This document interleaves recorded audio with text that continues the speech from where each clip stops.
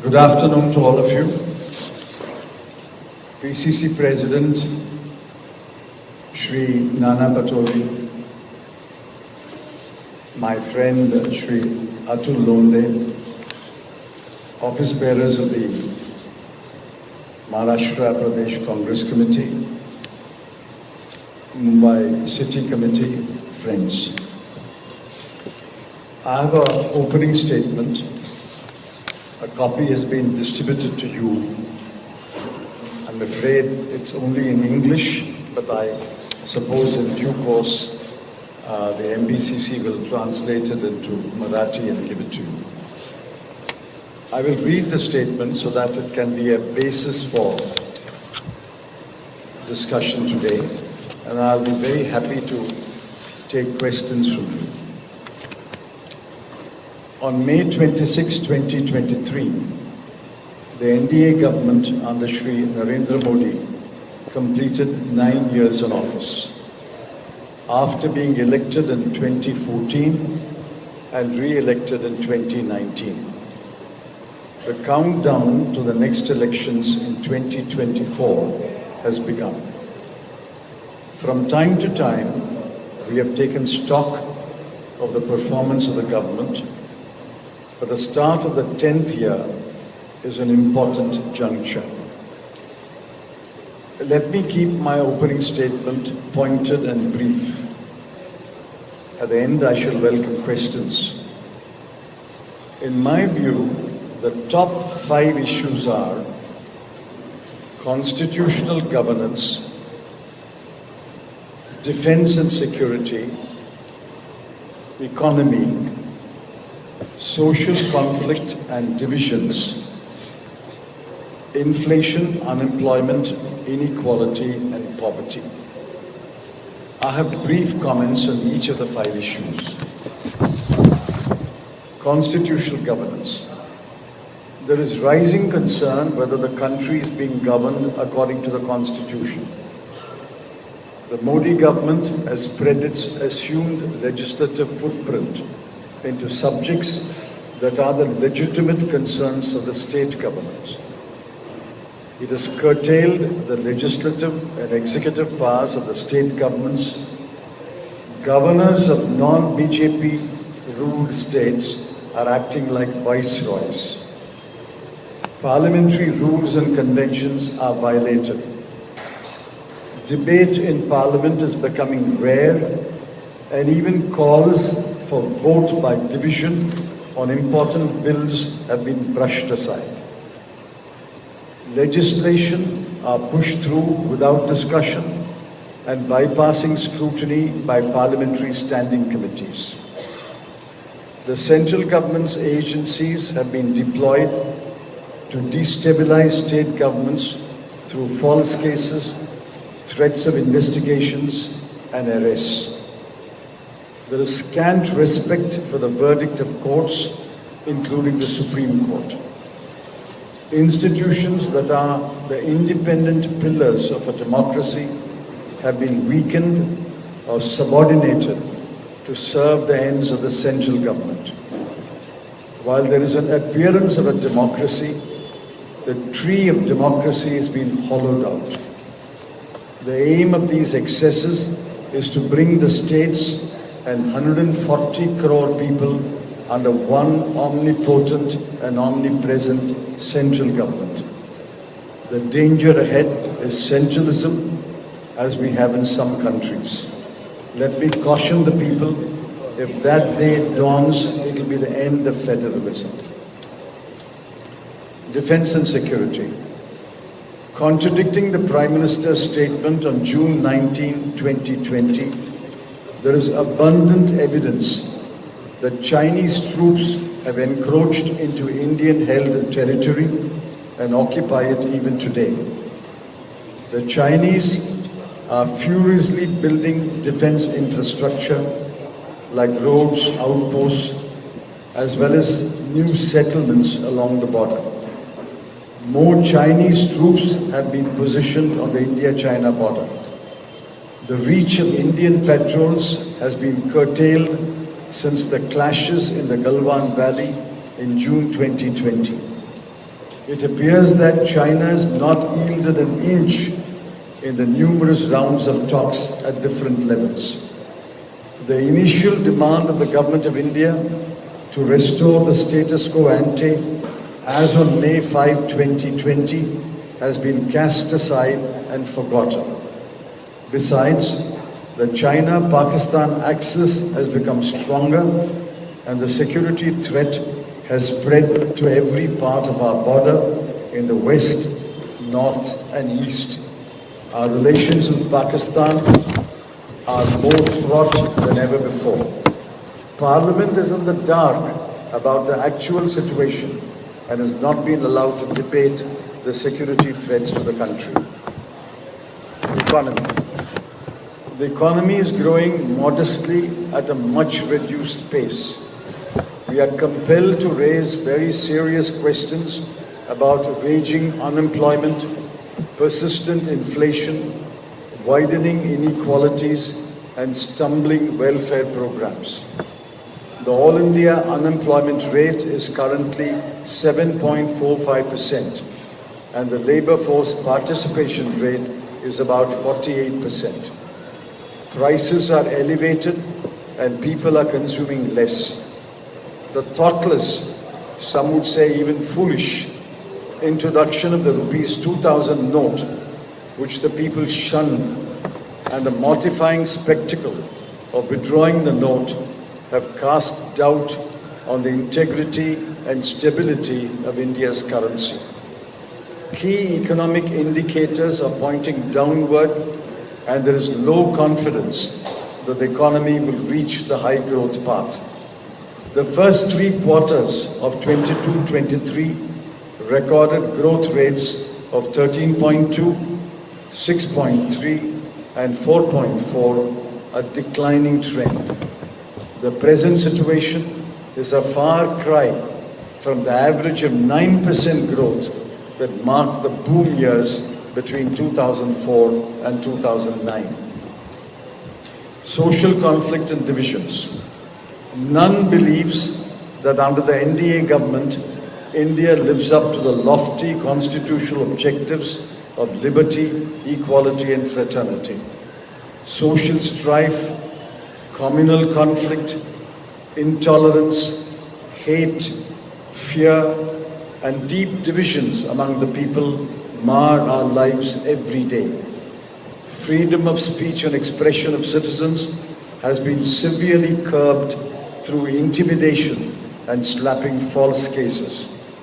The BJP and or its affiliated organizations have fueled these trends with hyper-nationalism, vigilantism, religious intolerance, vandalism, hate speeches, and extrajudicial actions. Bulldozer justice has replaced natural justice. We are pained and shocked that the leadership of the NDA government has remained silent while the situation in the country has deteriorated year after year. The alarming situation in Manipur, the over 75 deaths, and the continued silence of the Prime Minister illustrate my statement. Inflation, unemployment, inequality and poverty. Knock on the door of any average family. They will tell you how their lives have been blighted by persistent inflation and acute scarcity of jobs, and how they watch while the wealth of a few thousand people grew by leaps and bounds even during the COVID-affected period and thereafter, and how there are large and visible pockets of poverty and deprivation all over the country. The growing inequality between the super rich and the poor has exposed the skewed economic policies of the NDA government. There are 169 billionaires in India today, even as 22.4 crore people, 16% of the population, are poor according to the Global Multidimensional Poverty Index. The outcome of the Karnataka elections demonstrated how wrong the Prime Minister, his government and his party were in their assessment of the political and social situation of the state. Governance and policies in a secular, democratic country must give rise to a tide that will lift all boats. In that view, the NDA government has totally failed in the last 9 years. What is worse is that the government does not even make an effort to correct its mistakes and govern for all the people. It is our duty as an opposition party to raise these issues, and I'm happy I have the opportunity to do so in Mumbai. I'm ready to take questions.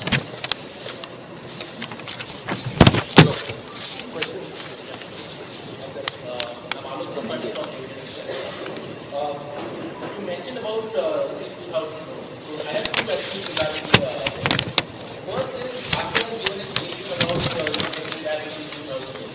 So as an opposition, do you agree with the RBI's reasoning, and if not, what is your opposition stand on this? And secondly, there is mentioned that it has cast doubt on the integrity and stability of India's currency. So how do you see global ramifications of this?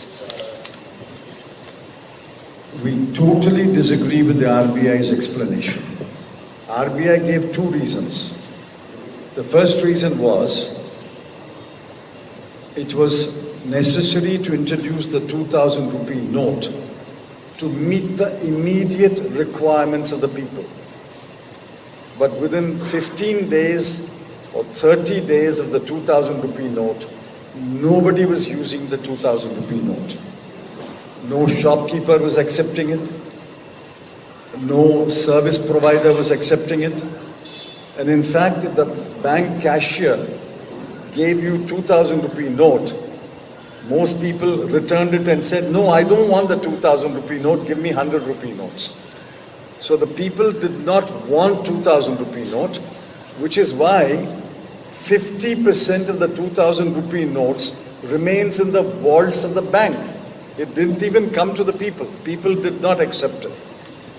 The second reason is even more amusing. The second reason is the shelf life of a 2,000 rupee note is 4 to 5 years. If a 2,000 rupee note, which does not change hands more than once a day, if the shelf life is 5 years, what is the shelf life of a 100 rupee note? What is the shelf life of a 50 rupee note? What is the shelf life of a 20 rupee note, which changes hands 100 times a day? So what do? Old notes are taken back and new notes. Why do you withdraw it? It is a complete failure. It was a foolish move. And why I say the integrity of the currency system is in question is, tell me any other country which has introduced a 2,000 rupee note or a $2,000 note or a 2,000 pound note and withdrawn it? Which country has demonetized in the last 50 years? Which country has issued currencies and taken it back? As far as I know, in America, the $100 note has been there for 100 years. The British pound, 50 pound, has been there for over 100 years. So every reason given by the RBI is a foolish reason, because they don't want to admit that the original decision to introduce the 2,000 rupee note was a foolish decision.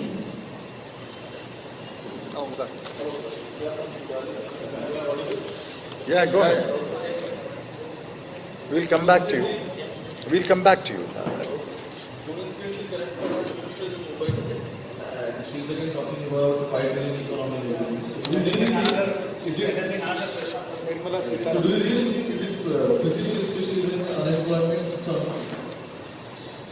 Unemployment today, all India rate today is 7.45%. Urban rate is higher. Urban rate is closer to 8%. In the age group 18 to 34, the unemployment rate is 25%. Now all this is data collected in the cities and towns. But if you go deeper into India, into the hinterland, into the remote villages, the unemployment is higher. because there is no other employment except agriculture. And if agriculture does not throw up jobs, agriculture does not give you a job 12 months a year. When there is no agriculture work, everybody in the village is unemployed. Therefore, this government has no plan to tackle unemployment. They promised, remember, 2 crore jobs a day. And at one point, the Prime Minister said, even Pakoda flying is a job. So from 2 crore jobs, he came down to Pakoda making. This government has no plan to tackle unemployment, and it has failed, and it will continue to fail in the 10th year.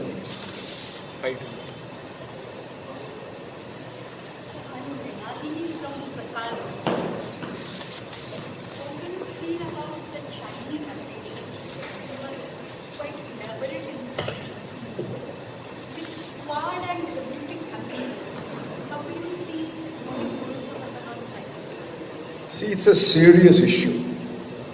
A serious issue, the most serious issue in this country is a security issue posed by China. But believe me, for 3 years, we have not been allowed to debate it in Parliament. The 1962 war was debated in Parliament. The 1965 war was debated in Parliament. The 1971 war was debated in Parliament. This is the first security threat which has not been debated in Parliament, because the government does not allow a debate at all. The worst thing happened was when the Prime Minister made a statement on June 19, 2020. I will quote the statement. There are no foreign troops in Indian territory, and no part of Indian territory is occupied by foreign troops. Every day newspapers publish satellite pictures. Chinese are on our side and on their side. They are building fortifications. They are building helipads, airports, settlements, barracks. They are amassing troops. And our patrols, there was a paper presented in a conference in Delhi about 3 months ago. A senior police officer presented a paper which was on the website of the Government of India, but it was pulled out the next day. What did the paper say? That we are no longer patrolling 16 to 20 areas which were used to be patrolling. It's a serious issue. Remember, Prime Minister does not even utter the word China. He doesn't even mention the word China. And look at the earlier statements of Prime Minister and the earlier statements of Mr. Jaishankar. Mr. Jaishankar talks about disengagement and withdrawal. But if the Prime Minister is right that no Chinese troops are in Indian territory, what is the disengagement and withdrawal? What are you withdrawing from? There are no Chinese troops according to the Prime Minister.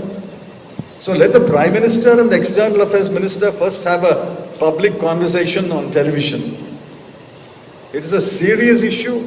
We are extremely unhappy that Parliament has not debated the security situation in 3 years.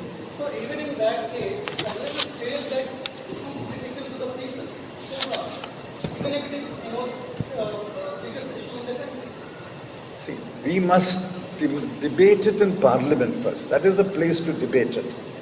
We can't debate security issues in street corner meetings. We can eventually take it at the election time. But we must debate it in Parliament. There must be 4 hours, 5 hours, 6 hours of debate. Every party must be allowed to ask questions and the government must answer. But you are not allowed to. We are not allowed to. That is the problem, which is why I'm raising this today. Of the top 5 issues, in my view, security is one of the 5 issues.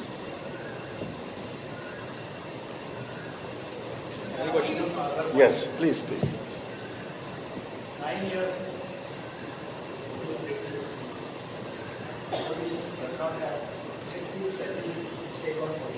You are having so many issues.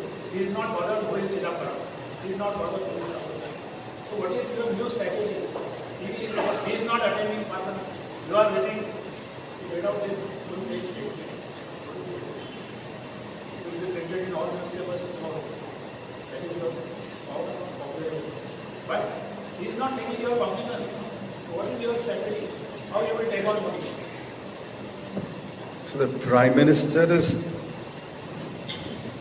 has scant respect for Parliament. He does not intervene in any... Sorry, they have been hearing that for the last 9 years. What do you want us to stand there? The only thing we can do is to take it to the people. Raise the issue before the people, and at the election time, ask them to vote. That is all we can do. I can do another thing. In a lighter vein, I can recruit you as our strategic advisor. In a democracy, the opposition can only in a democracy, the opposition can only raise its voice. Now, people thought in Karnataka, the BJP government cannot be defeated. We raised our voice. Both Siddaramaiah, who is now Chief Minister, and D.K. Shivkumar, who is now Deputy Chief Minister, raised their voice. They have been raising their voice for the last 1.5 years. Eventually, the people listen. I agree with you entirely. The people did not listen to us in 2019. But we are hoping that if we continue to raise our voice, people will listen to us in 2024. That's the only way to bring about change in a democracy. There's no other way. What do you feel about... Just a minute. Let's give a round and then we'll come back. No problem. Yes. In your opening statement, you made a remark on the role of governors in the attack on the federal structure. We have seen a Supreme Court judgment wherein in Delhi versus the LG, there was a Supreme Court clear judgment. And on the other side, now the government has issued an ordinance contradicting the same. So, sir, a clear stand of Congress party, whether it will be in for against the ordinance, supporting Mr. Kejriwal, or the other way around? See, that is a question I cannot answer. That is a question which the Congress leadership has to answer. It is not a question of supporting Kejriwal or not supporting Kejriwal. Irrespective of who is the Chief Minister of Delhi, who is the Home Minister of India, irrespective of that, the question I'm raising is it correct, given Article 239 AA, is it correct that despite 2 judgments of the Supreme Court, the power should be in the LG's hands? Supreme Court in both judgments, 2018 and 2023, said in all subjects except 3 subjects, the power is with the Council of Ministers. Despite the 2 judgments, they have now put power in the hands of the LG. Whether it is legal or not, I have a view, and the matter will go to the Supreme Court. On this issue, I am very clear that the ordinance is wrong, the ordinance is bad. But whether actually what stand the Congress party will take when the ordinance comes up in Parliament, I cannot answer. It's only Mr. Kharge and the leadership can answer. Thank you, sir. Yeah, finished now? Yes. Supreme court ने अपने judgement में ही कहा है कि इस तरह का ordinance सरकार ला सकती है। अगर उनको लगता है कि फैसला ठीक नहीं है तो ऑर्डिनेंस लाकर कानून बना सकती है। तो फिर आप कह रहे हैं कि ये ऑर्डिनेंस गलत है, तो किस आधार पर आता है?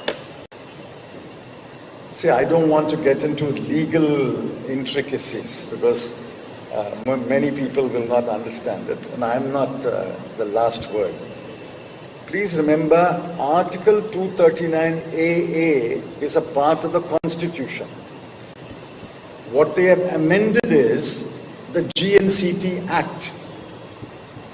You can amend the Act and it may pass, may not pass. But whether an Act can take away what Article 239AA, the answer is no. So if the Supreme Court holds that despite the ordinance, it is still contrary to Article 239AA, it will be struck down. But I can't say that now until the case goes to the Supreme Court. This is my view. Sir, Yes. आपने अपने opening statement में भी बताया है कि किस तरह से कर्नाटक इलेक्शन में बीजेपी को नुकसान हुआ। तो क्या आपको लगता है कि कर्नाटक का जो मॉडल है वो पूरे देश में सिर्फ एक राज्य के परिणाम के आने के बाद में आप उसका फैसला बता रहे हैं या फिर इसके पीछे की कोई और वजह हो सकती है? What is the last point you said? I've understood. You see, each state election is different. It depends upon the state, its economy, its people, the composition of the population. Each state is different. Maharashtra is different from Karnataka. Here the situation is dynamically different. Here 3 opposition parties have formed an MVA. In Karnataka, we were fighting alone, Congress party alone. So the situation is very different. I can tell you what will happen in Tamil Nadu. Because we have a very different alliance there headed by a regional party. Therefore, there is no such thing as a Karnataka model. But where the Congress party is the biggest party and is the fighting an election practically all alone with some support, I think the Karnataka example is a good example.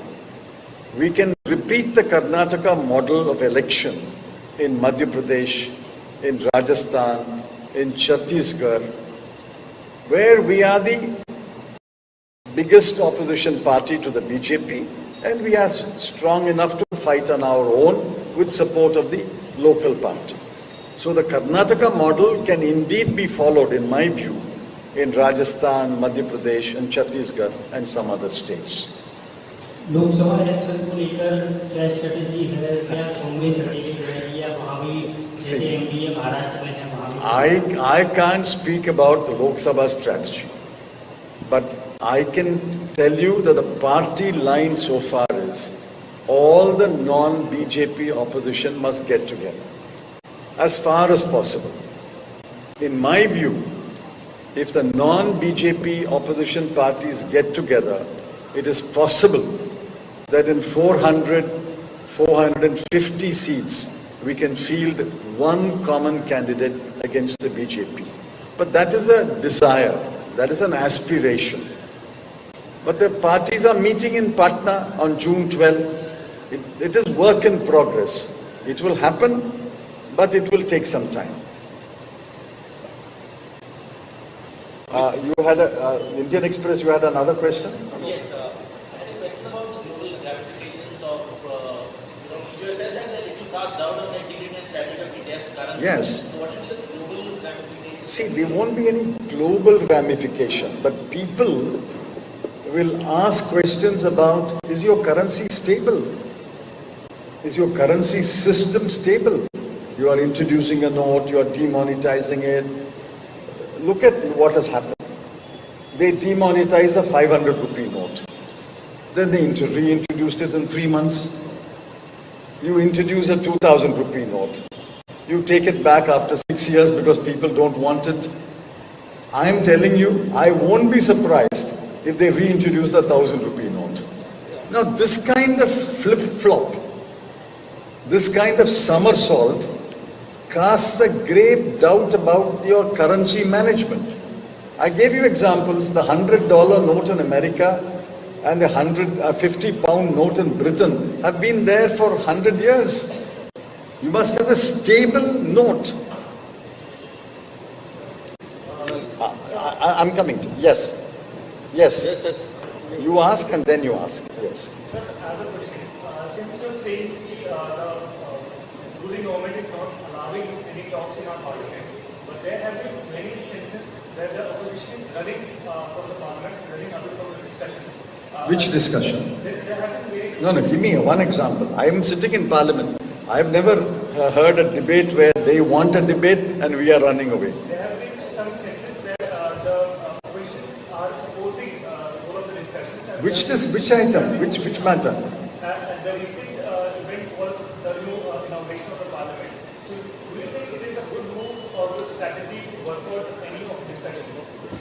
See, to the best of my knowledge, you may have example, you correct me, I will accept my mistake. I have never come across in the last several years a discussion which the government wanted and we ran away. I am sitting in parliament. I have never come across a discussion which they wanted a discussion and we are saying no, we won't have a discussion. We are every day asking for a discussion. See, there is a rule in Rajya Sabha called Rule 267.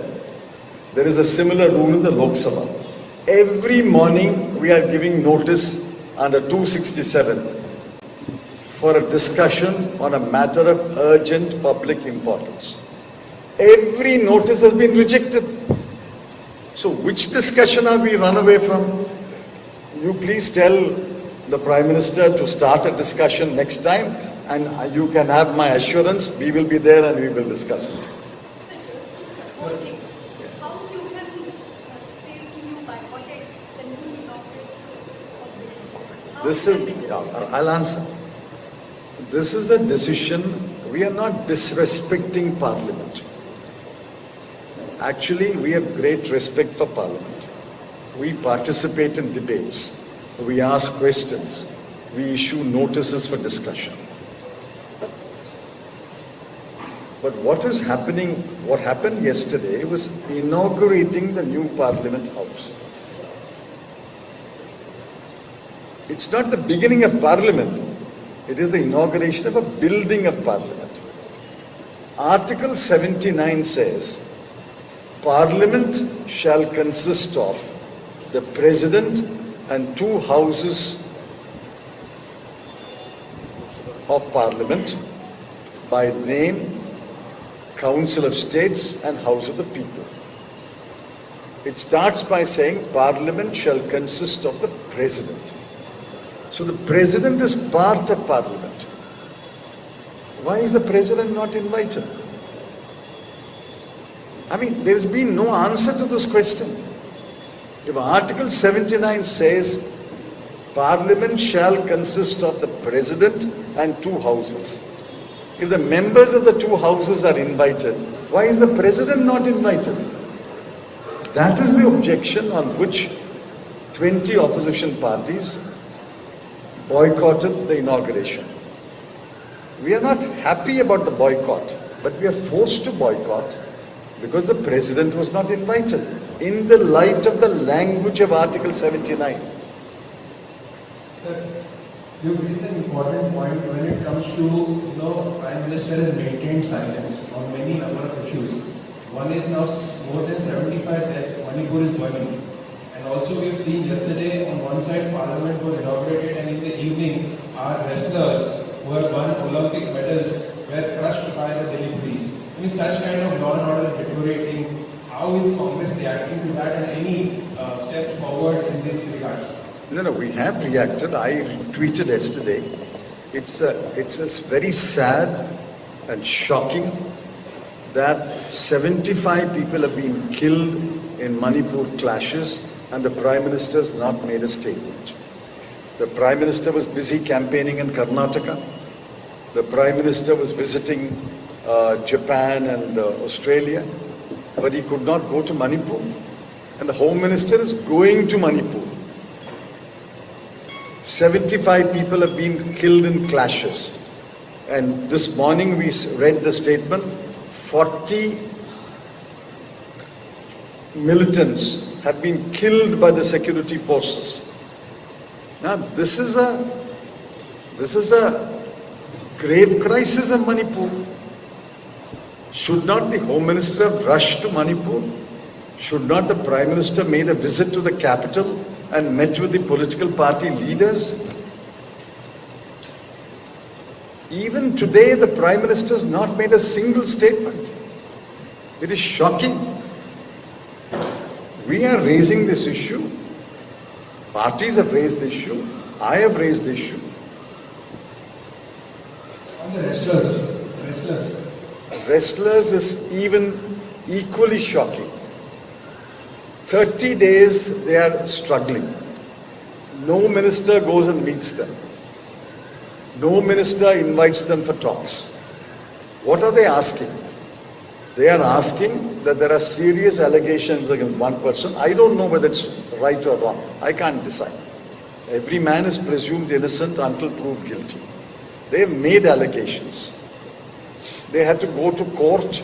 Court directed FIR to be registered.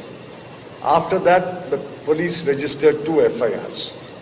But nobody has been arrested. That is their complaint.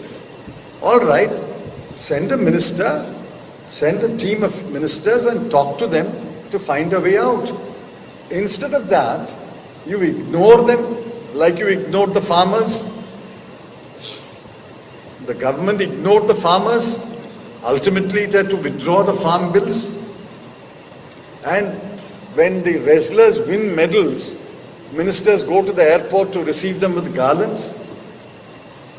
So this is shocking. For the sake of one MP, he may be right, he may be wrong. I'm not commenting on that. But for the sake of one MP, why are you allowing our medal-winning wrestlers to go on dharna for 30 days? And why are you using such force against them, physical force? In fact, the policemen were acting like wrestlers. It's sad and shocking.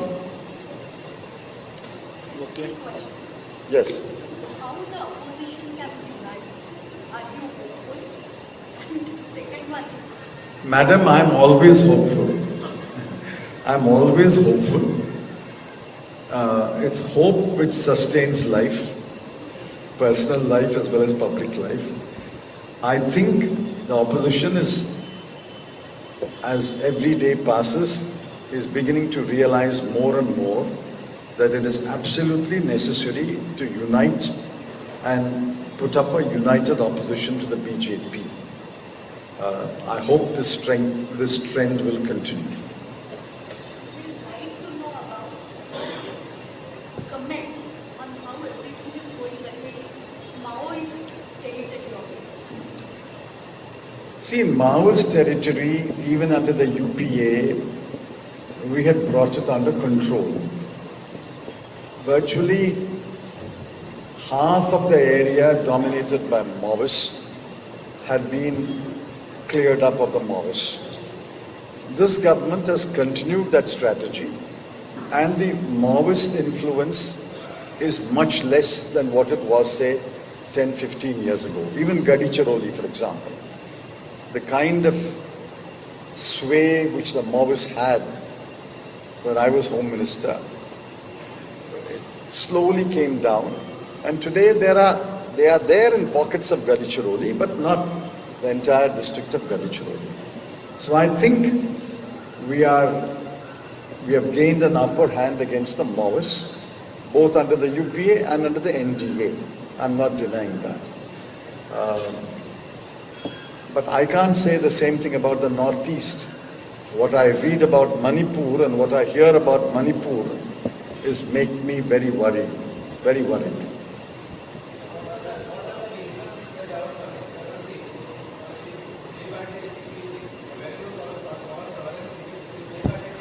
No, the value of the currency will decrease only if because of inflation.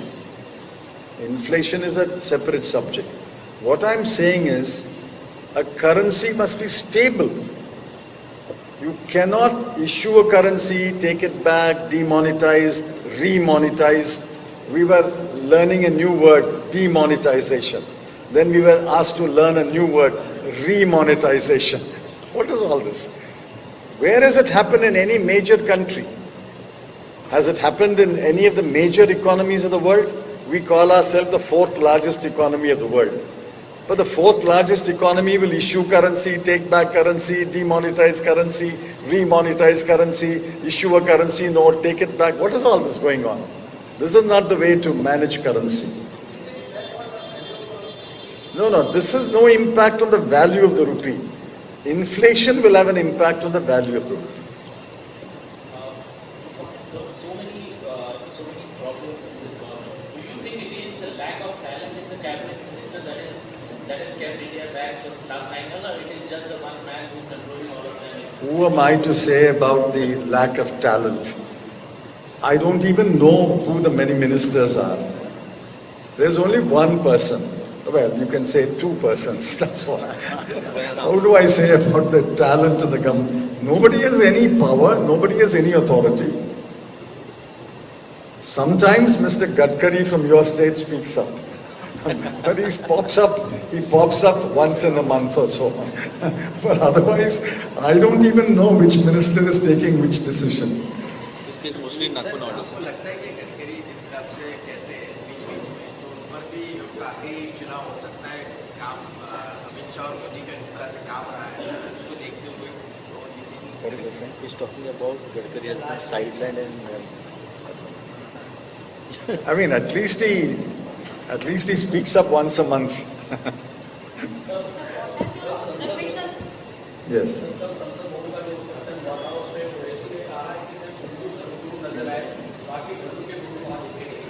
what is it? He's talking about in yesterday's building inauguration. There were only two priests present. No. I believe there was a multi-faith prayer before the Prime Minister entered Parliament. I believe there was a multi-faith prayer. But personally speaking, I think the inauguration of Parliament must be a purely secular function. I'm not saying priests of all faiths have no role, but all that should have been outside Parliament. Inside Parliament, it should have been a purely constitutional, secular function. Remember 1947, August 14 midnight, Jawaharlal Nehru made his famous Tryst with Destiny speech. That is, according to me, the model of starting a parliament or inaugurating a new building. It must be secular. But anyway, it happened in one day. We don't have to make a big issue about that. Thank you. Thank you. I thought you were coming as a strategic advisor. Okay.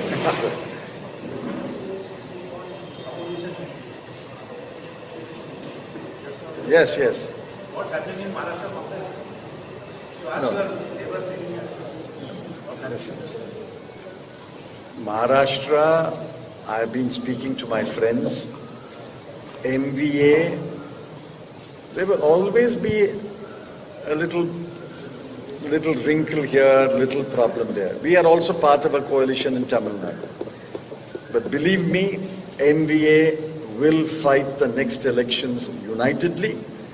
And what I gather from Maharashtra, MVA will win the next assembly election and will win the majority of seats in the Lok Sabha election. I'm going to come back after the election and you will sit in that chair, I will sit in that chair and we will talk about it. Thank you.